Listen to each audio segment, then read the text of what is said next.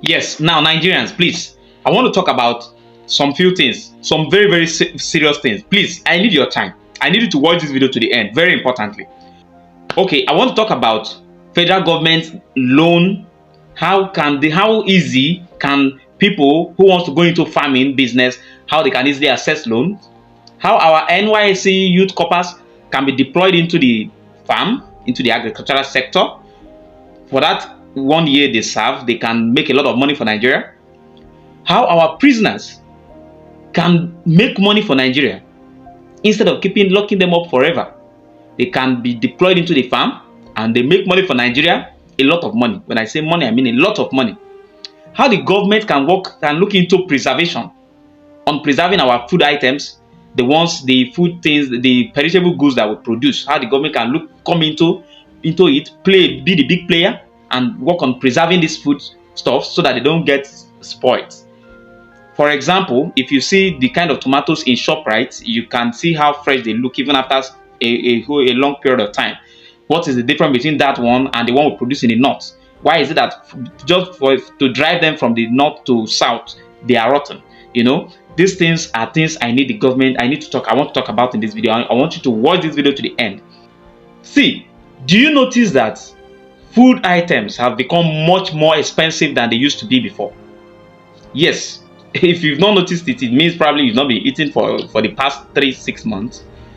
Now, since after COVID, it is normal that after every pandemic, the global economy goes into a lot of, face a lot of storm and the rest of that. And that is reality, and that's what we are facing right now. A lot of countries will not speak out, but the truth is that countries like America, UK, these are our global powers. They are facing terrible economic challenges right now. And you know what is going to happen? What it has translated into? Inflation. And now this inflation is eating deeper and deeper. And when giant nations complain of inflation, the little countries who does not have much to offer or who does not have much to exchange for money, they go into a harder, difficult time, like what Nigeria is passing through right now. Okay, for example, we complain that the bag of rice is now 50,000 naira, while when Buhari was coming into power, bag of rice was about 7,000, 7,500. Now you won't blame Buhari. The global economy is in downturn, like is messed up now. That is just the fact. It's not Buhari's fault. But now, what can we do in this situation is what we should be asking ourselves. What could save us? The only thing that could save us right now is we looking away from oil and gas and looking into being the food basket of the world. Yes. See, because Russia and Ukraine is in war, go and check how much wheat is sold now, because Russia is one of the biggest suppliers of wheat. As a matter of fact, Nigeria is one of their biggest customers. So if you begin to see that some of your breads that they use wheat to produce are becoming very expensive, you should know that it's actually because of the war Russia is fighting with Ukraine. Yes. Now, secondly, because the world is now beginning to notice that this oil and gas is gradually becoming useless.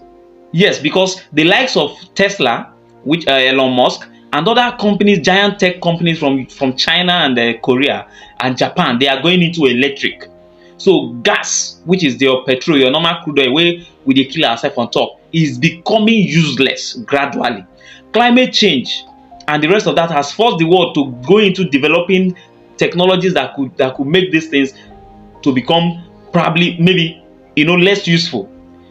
Fine and good. I know the world can never go without gas, because there are some heavy machines that would definitely require petrol, diesel to run them.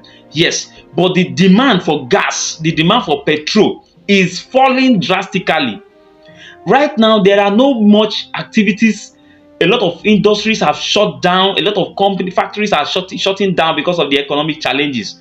Now, there are only very few commodities that is being demanded for on a regular now, which is food, clothing, and shelter. Nigeria need to look away from the oil and gas that we cannot even meet the OPEC demand and face what we should be best known for, and that is agriculture. See, this video I don't know how many people are going to see this video, but I don't care. This video is going to remain on my platform for as long as I will live, or as long as this platform will remain. See, mark my word today. If Nigeria should paint agriculture beautiful enough that it will attract our youth, people like our NYSC people who go for NYSC services, they should stop this nonsense thing they go to do with. They employ them to go and be doing chemists, employ some to go and be selling one, working with one mechanical. Stop all this rubbish and channel these energies, these men, these people to the farm. These our prisoners should be deployed into the farm. Stop keeping prisoners in the cell and locking them up forever. Some of them are looking so hungry. Deploy them to the farmland where they can go and work, make money for the country, and make money for themselves. That you're a prisoner does not mean that is the end of your life. They should be allowed to do something, to do crafts. See, if mark my word, if Nigeria can adopt this thing I'm telling you today, go and check Texas in the United States. The prisoners in Texas, many of them, all of them, as a matter of fact, they all work for the government. They are the ones that manufacture a lot of the things that the Texas government use. Now, this is one of the things we don't know how to do in Africa. We need to deploy our prisoners into the farm to produce food. Then we need to channel our NYSC graduating students, channel them into the farm instead of deploying them into places where they are not needed. What are we trying to achieve all the time? We only focus on wastage. We don't consider being productive in any way. Now, one of the reasons why our farms are empty today, nobody wants to go there, is because it's not attractive. The government needs to make it attractive. How do they make it attractive? Put incentives around it, provide loan access, easy access to loan, not this nonsense thing Bank of Industry is doing, not this useless thing Central Bank is doing. You want to give somebody a loan, you are telling him to go and bring document for a house. Somebody who wants to take a loan, you ask him to go and get a house document. If he has a house that he can give you the document, why would he be needing your loan? We are making life difficult for ourselves, and we keep complaining. Everybody wants to get money, nobody wants to do the work. Wealth without enterprise is criminal, is crime. Now, we need people to fall back to farm if we must survive this hard time. Because number one is that we can no longer produce our oil. The oil demand in the market today is not enough. The money that NNPC is giving to federal government, as a matter of fact, last month NNPC they never repeated one kobo.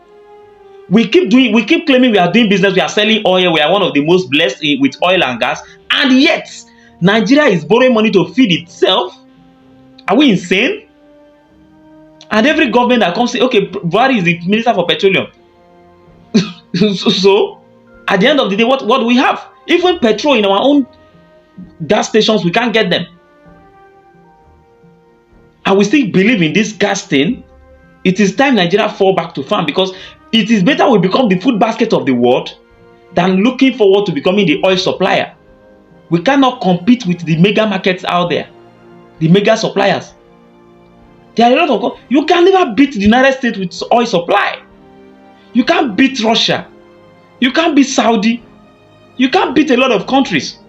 We are even careless about it. Most of the ones we mine are stolen.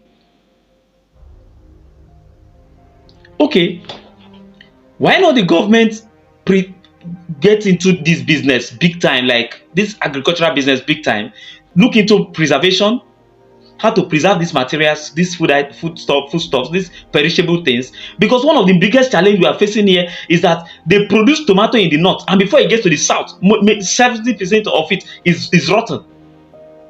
Look at people. If you go to ShopRite, you see fresh tomatoes sold there. These fresh tomatoes are imported. Most of them are imported from South Africa. They stay in ShopRite for more than 6 months, and it doesn't get spoiled. What is the difference between that and our own? What are we not doing right? If the government gets involved in this whole thing will be fixed, and we have a lot to lay our hands on. What are we even doing with what common to produce food with this Nigeria has one of the best fertile soil in the world. We continue to buy food. Over how many percent of the food we eat in Nigeria, we buy it from abroad, including rice. That when they close border from bringing in rice into Nigeria, almost the whole country turned upside down. We are careless. We are blessed, and we should make use of the opportunity God has given to us. God is most disappointed in Nigeria, as a matter of fact. We need to look into agriculture if we must survive this hard time. We need to find a way to channel manpowers that are being wasted every day in this country into the farm. We need to look into preservation, how to preserve our food items that we produce so that they don't get spoiled. I don't know why ShopRite should be bringing in tomato from other countries when we have the best soil in the whole of Africa. We need to look into the market on how we can distribute our products, what we can produce from the farm, how the government can come in, play a big player, absorb these things, preserve the ones we need to preserve, ship the ones we need to ship, export into other countries, export them, and bring in back the money into the country and put them back into the system. Just say, make I just pass my own message.